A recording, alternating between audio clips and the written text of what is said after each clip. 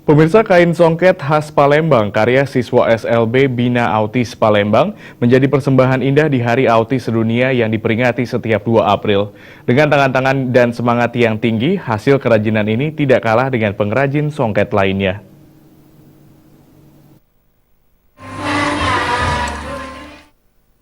Di peringatan Hari Autis Sedunia yang dilakukan Yayasan Bina Autis Mandiri di Jalan Angkatan 45 Lorong Harapan Baru Palembang, mengundang decak kagum orang tua. Di sini tersaji hasil kerajinan indah siswa SLB yang selama ini dikenal autis. Kreasi yang ditampilkan siswa SLB ini meliputi keahlian bermain angklung, membatik, dan merajut songket, kain khas Palembang. Sejumlah songket khas Palembang tercipta begitu indah dari tangan-tangan siswa Bina Autis Palembang ini. Salah satu siswa SLB tersebut, Andre Darmawan yang kini menginjak kelas 11 SLB, mengaku sejak kelas 7 ia memang menyukai produksi songket.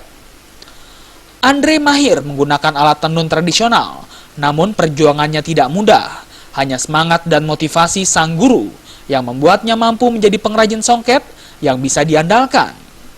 Setelah pulang sekolah biasanya ia menenun selama 2 jam sehari. Untuk satu songket memakan cukup waktu lama, mulai 3 hingga 6 bulan. Namun kerja kerasnya mampu meningkatkan daya jual songket hingga 3 juta per potong. Kita lagi ngapain, Bu? Ini kita lagi ngapain? Songket ya? Itu sampai di Jakarta. Siapa yang ngajarin? Siapa ini? Buat. Suka nggak kita? Dia suka menyongkel.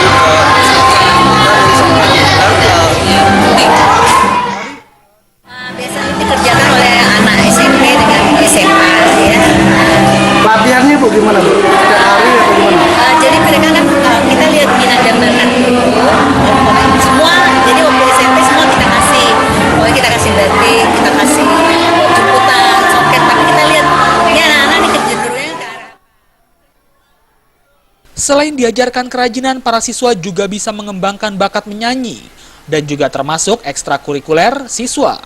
Sayangnya hasil kerajinan dan bakat ini belum bisa dipasarkan kepada masyarakat secara luas karena terkendala pemasaran.